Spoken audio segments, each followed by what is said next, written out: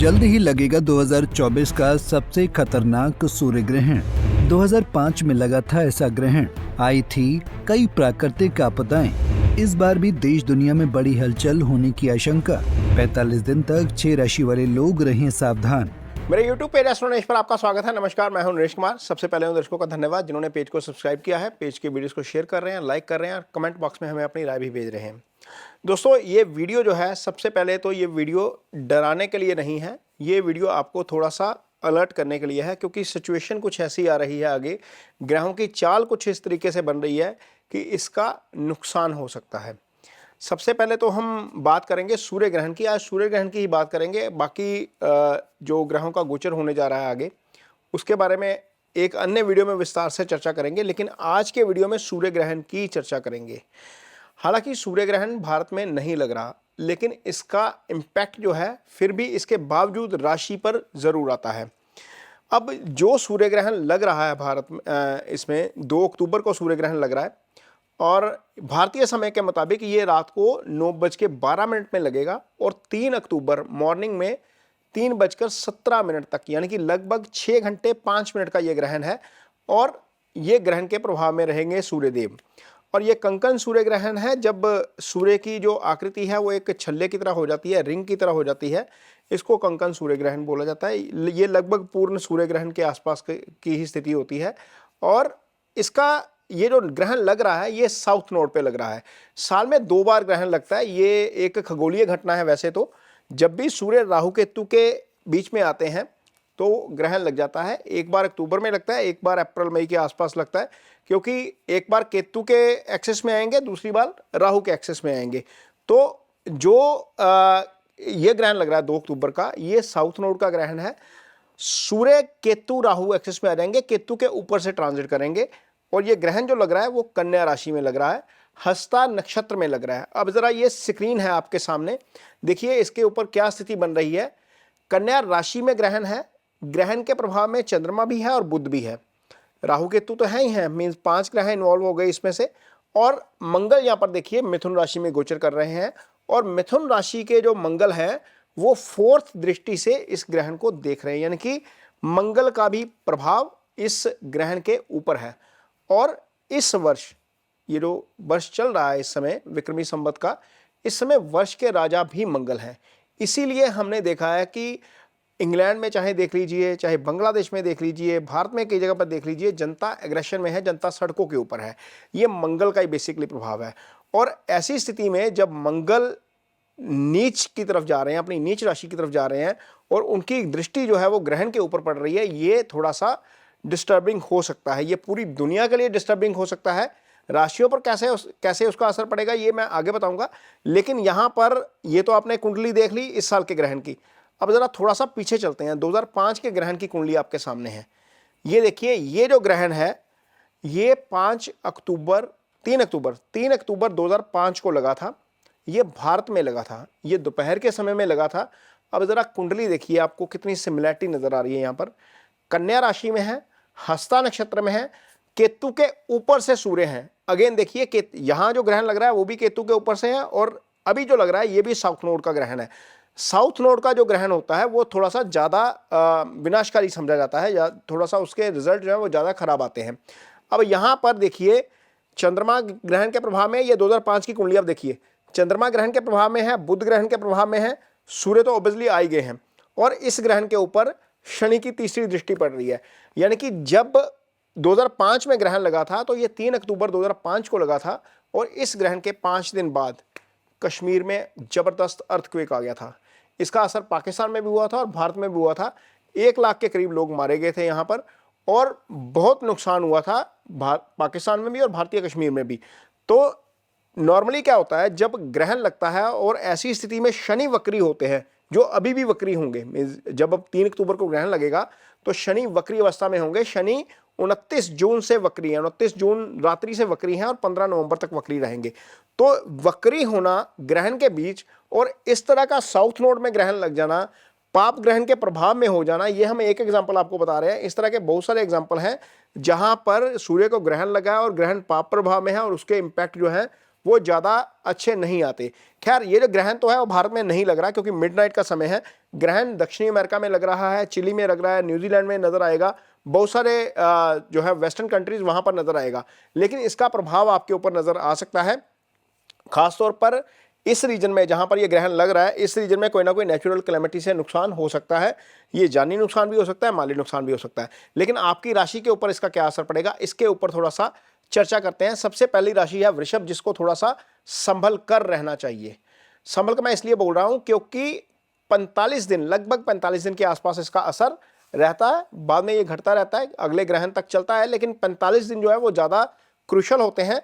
इसलिए जो वृषभ राशि है, सबसे पहले ये ग्रहण कहां लगेगा, वृषभ राशि के पंचम भाव में। ये कुंडली आपके सामने लगी हुई है, वृषभ राशि के लिए पंचम भाव में ये ग्रहण लग रहा है। अब पंचम क्या है, वृषभ राशि के जितने भी युवा हैं, जितने भी लोग जो है वो रिलेशनशिप में हैं, वो रिलेशनशिप में कन्फ्लिक्ट आ सकता है। वृषभ राशि के जातकों को ये थोड़ा सा समय 45 दिन का ऐसा है जब आपका टेम्परामेंट हाई साइड पे होगा, जब आपके इमोशंस हाई साइड पे होंगे, जब आपका रिएक्शन हाई साइड पे हो जाएगा।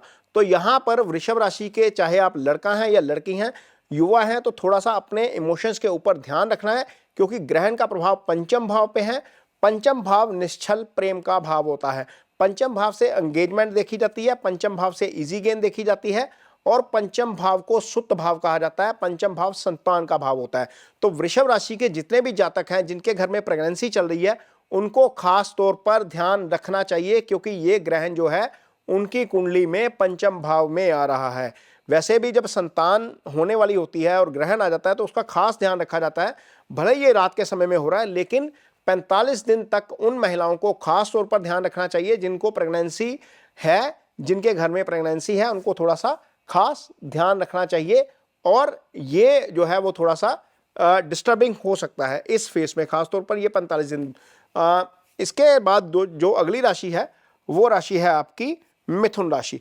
मिथुन राशि में राशि के ऊपर से मंगल का गोचर हो रहा है और चौथे भाव में ग्रहण लग जाएगा। अब चौथा भाव क्या होता है, चौथा भाव आपका सुख स्थान होता है, चौथा भाव पीस ऑफ माइंड होता है। चौथे भाव से हम मदर का विचार करते हैं, मदर की हेल्थ यहीं से देखी जाती है। अब इमेजिन करिए यहां पर ग्रहण लग रहा है और सीधी दृष्टि दशम भाव के ऊपर जा रही है।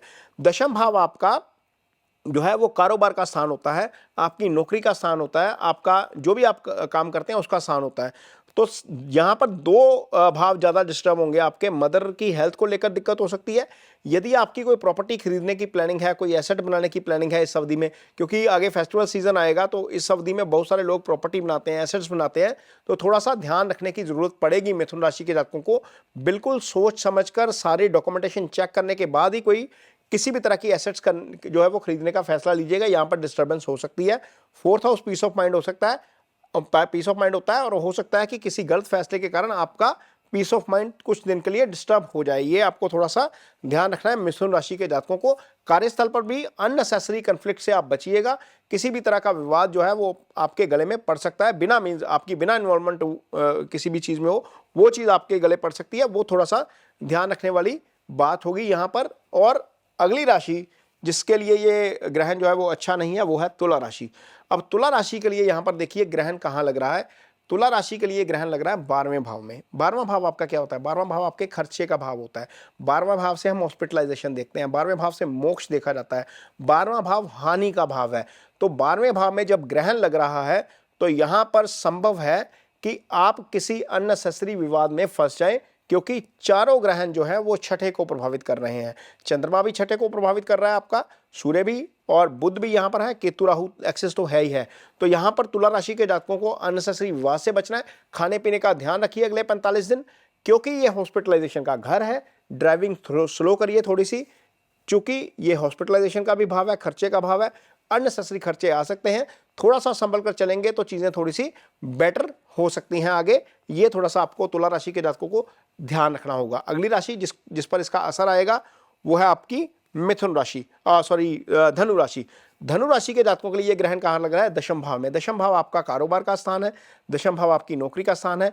कोई भी काम आप करते हैं वो दशम भाव से करते हैं, इसको कर्म भाव कहा जाता है। तो यहां पर जब ग्रहण लगता है, चूंकि बुध कर्म के कारक हैं, इस भाव के कारक, दसवें भाव के कारक ग्रह बुध भी होते हैं, तो यहां पर बुध खुद ग्रहण के प्रभाव में है। चंद्रमा जो आपका मन होता है, क्योंकि मन के बिना तो आप कुछ नहीं करते, वो भी ग्रहण के प्रभाव में है, सूर्य तो डेफिनेटली ग्रहण के प्रभाव में है ही। और जो ये आपकी धनु राशि होती है उसके लिए सूर्य भाग्यस्थान के भी स्वामी हो जाते हैं। तो इस अवधि में ऐसी समस्या हो सकती है कि यदि आप कोई प्रोजेक्ट करें तो वहां पर डिले का सामना आपको करना पड़ सकता है। कार्यस्थल पर किसी भी तरह का कंट्रोवर्सी जो है वो आपको मोल नहीं लेनी है। मीन्स किसी भी विवाद में अननेसेसरी मत फंसिए। आपके काम का क्रेडिट कोई और लेने की कोशिश कर सकता है कार्यस्थल पर।